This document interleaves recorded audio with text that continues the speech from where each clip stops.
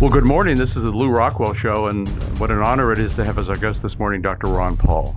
Now, what do we say about Dr. Paul? You know, I could do the entire show just talking about his qualifications, but I'll just say that he's the leader of the worldwide freedom movement and has been for many years. He's the man that people look to in this country and all over the world for guidance on libertarian principle and libertarian tactics. And he's involved in many wonderful things, the Ron Paul homeschool curriculum, the Ron Paul Institute for Peace and Prosperity.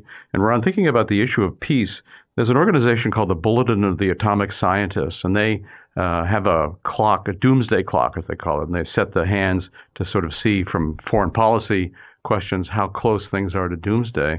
And they've recently moved the hand closer to the doomsday point because they're concerned that the chances of atomic warfare are worse than they used to be. What's your feeling about that?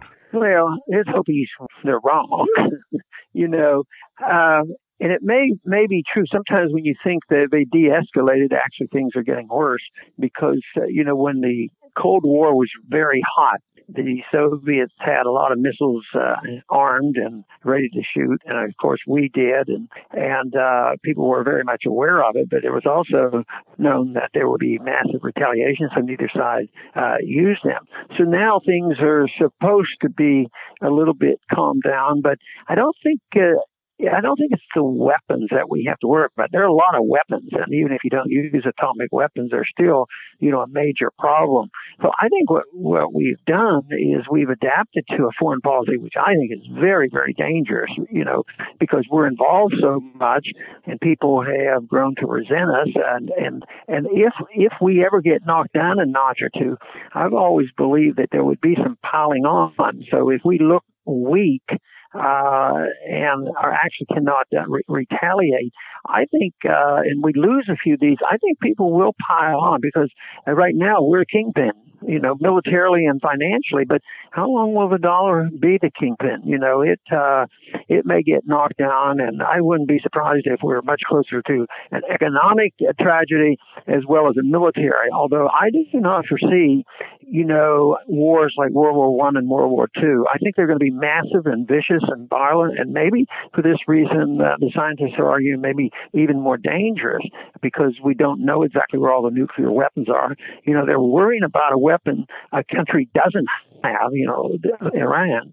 And yet there are a lot of weapons that maybe they should be paying attention to, that our allies have. I mean, there's a lot of weapons in the Middle East, both on the so-called West and the other countries. Both Israel and Pakistan have nuclear weapons. The Russians have nuclear weapons. Indians have nuclear weapons. And there are a lot of leftover weapons. And whether the Russians have total control of all the weapons the Soviet system left, I don't know if anybody really knows that, but I imagine that still poses a danger.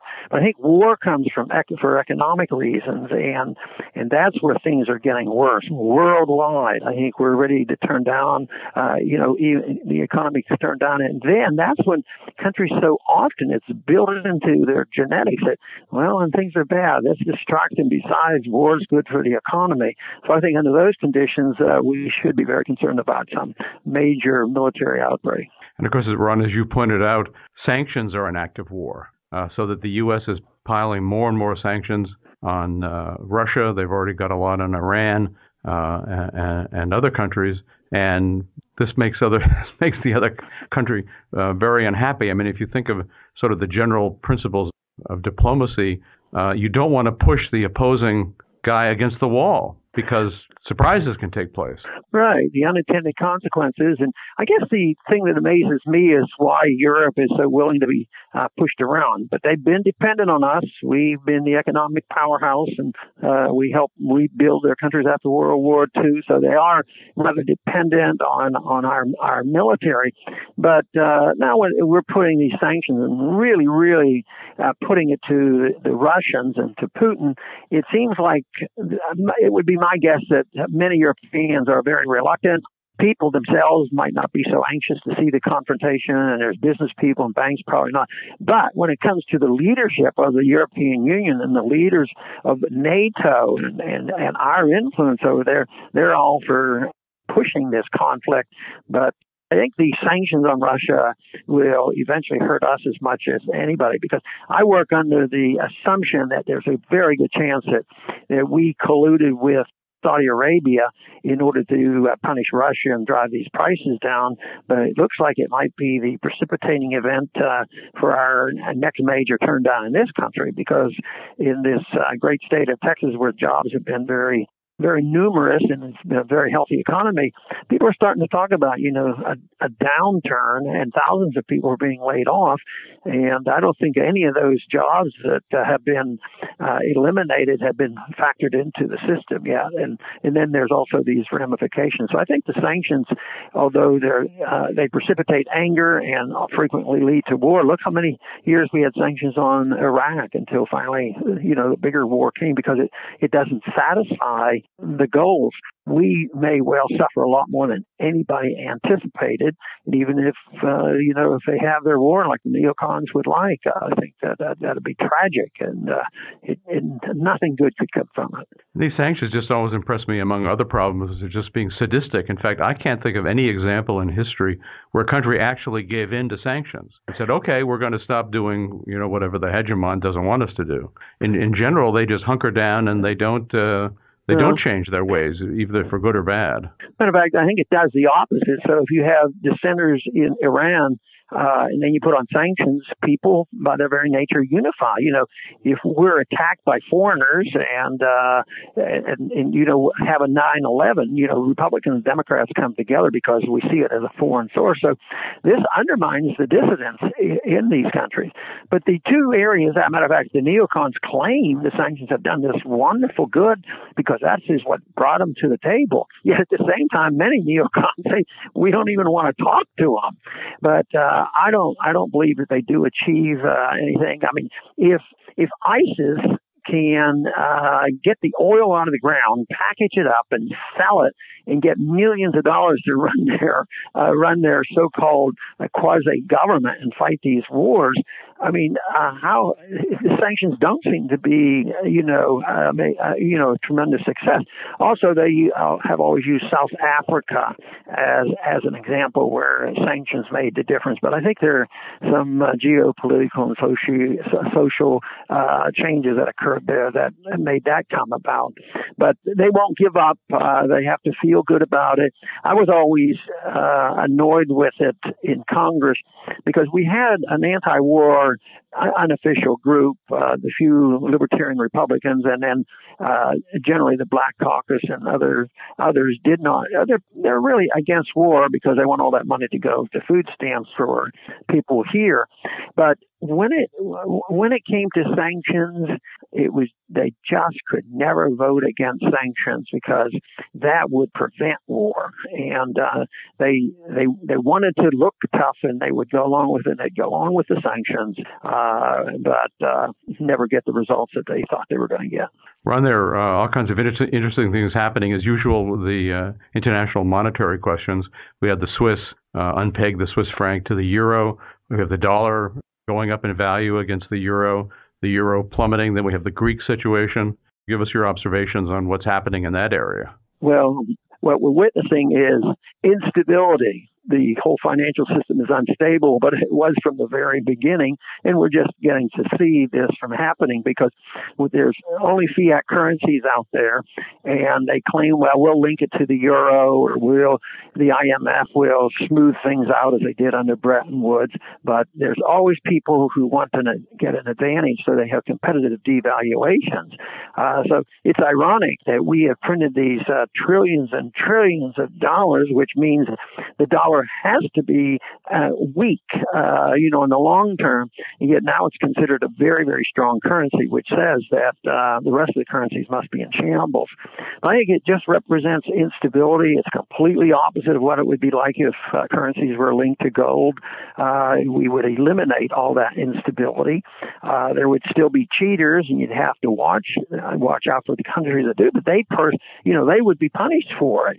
But when it's universal, when you have the euro, with so many countries involved in defending the euro, it's very painful. But I think what we're seeing right now, not only a result of the competing devaluations, but also the excessive debt that comes from inflation, and the weak spots, of course, will be Italy and Greece and Spain and these countries that are really insolvent, and they should go bankrupt. The debt should be liquidated. We should have a better monetary policy for us as well as them. But that's not going to happen because they're going to do their very best to exactly what we did when we should have gone through the correction, which will eventually come and be much worse. But no, they propped the system up so that the people holding the debt, which are the bankers, and holding sovereign debt, and this recent change with the euro, they said they can buy sovereign debt now. They have their own QE, and they're allowed to buy sovereign debt. I think you'll remember when we talked about that in the early 80s, they were changing, yes. The agreement so our Fed could buy that, and they didn't start buying them the very first week, but they ended up buying plenty in this last go-around with that $17 trillion of bailouts.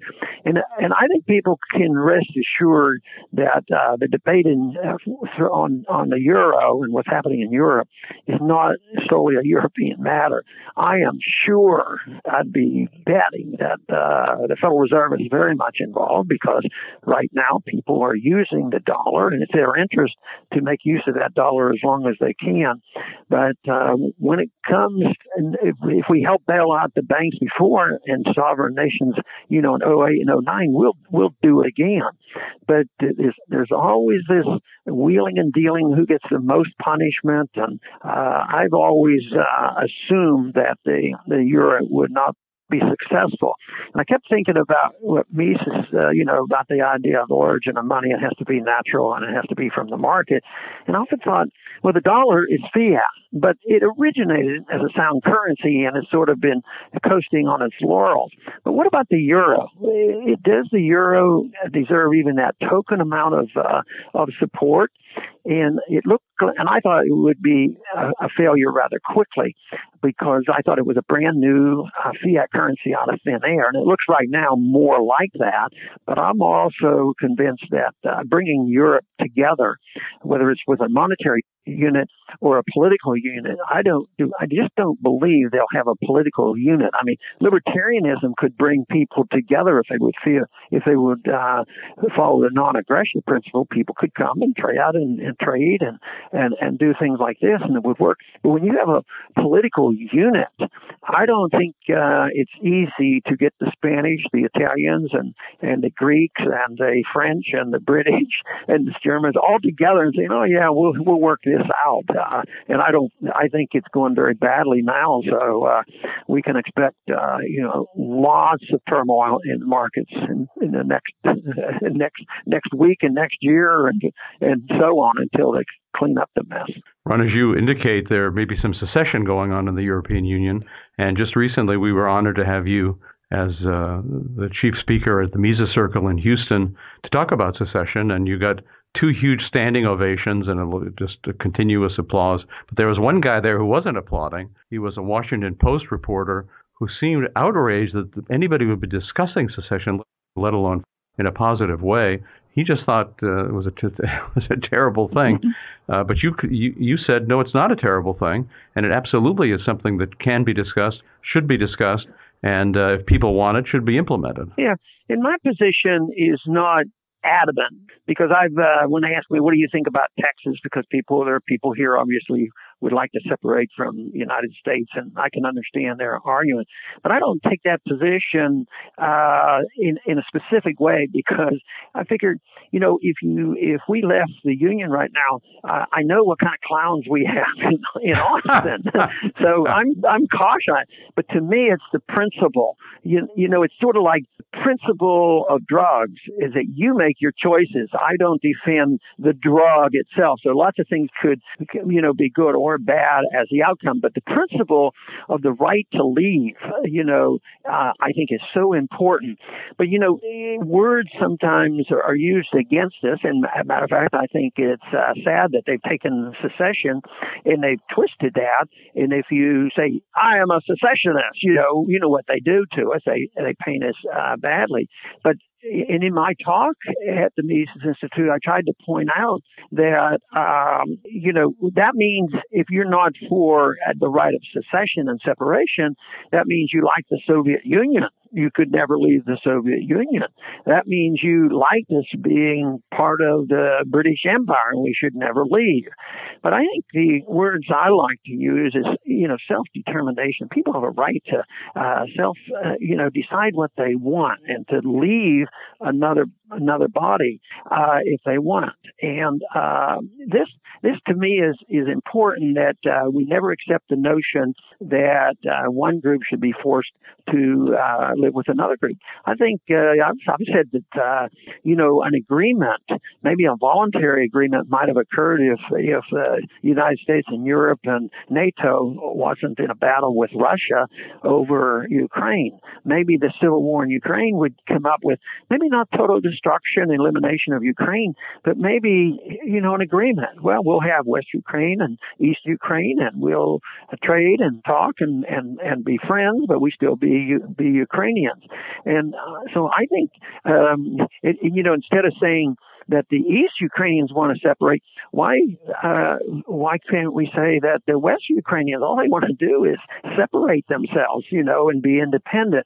But no, they twist it and make it sound terrible. And I think self-determination, no violence being used, independence, and the idea that that we can still have loose federations of groups coming together, but just think that if these people, had a lick of courage or understanding or any wisdom at all, they're taking the position that we shouldn't decolonialize Africa. The foreign government should run these countries forever and ever, and that empire shouldn't end. So I think it's in a way, it's sort of a shame that we don't do a better job, but we're up against a huge bureaucracy in the media, which twists us, and they have so much at stake, because I think most of what's going on in the debate today on foreign policy is to make sure that the foreign policy of us being over there when we shouldn't be over there is they have to justify it by something like, they're militants, they're very, very violent people, and they only want to come here because we're free and prosperous. And if we ever won the argument and the American people said, no, I think these libertarians just might have a point here. Maybe they are getting tired of us killing people, and then just list how many people we've killed.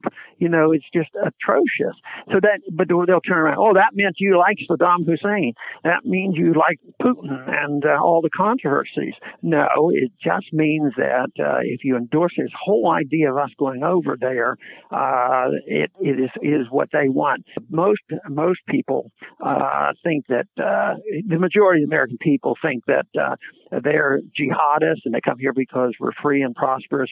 But the truth of it all slipped out of George Bush's mouth when he says, now that this has happened, we have to have a crusade against the Middle East.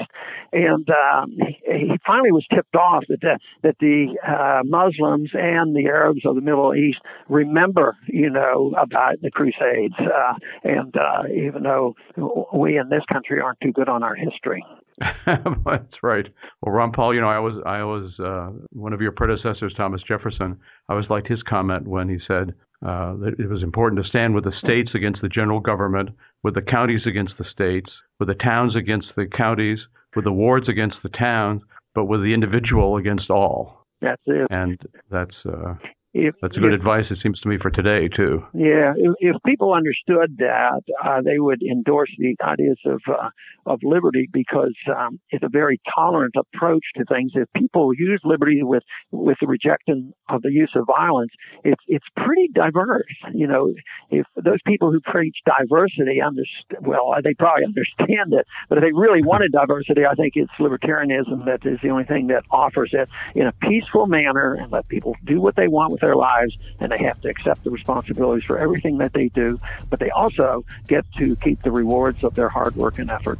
Magnificent, Ron, and thanks so much for coming on the show today. It's always an inspiration and an honor, so thank you. Great, Lew. Good to talk with you.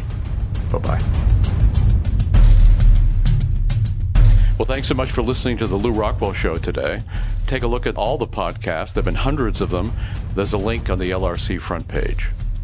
Thank you.